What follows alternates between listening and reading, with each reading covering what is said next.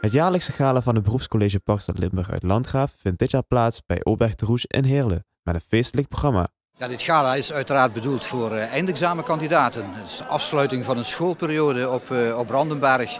En ja, als je kijkt naar het programma, je hebt het net gezien, er is altijd een fantastische entree met de meest mooie wagens. Leerlingen zijn hartstikke mooi gekleed. Daarna hebben we een gala-diner en dan gaat het feest los. Natuurlijk valt dat in een specifieke periode. De eindexamens zijn net achter de rug en dat is natuurlijk het uitgelezen moment om zo'n gala voor eindexamenkandidaten te houden. En je zoekt natuurlijk altijd naar een locatie die voldoet aan de wensen die je hebt. Of je daaraan kunt voldoen, kunnen we een eten organiseren, een gala-diner zoals we dat noemen.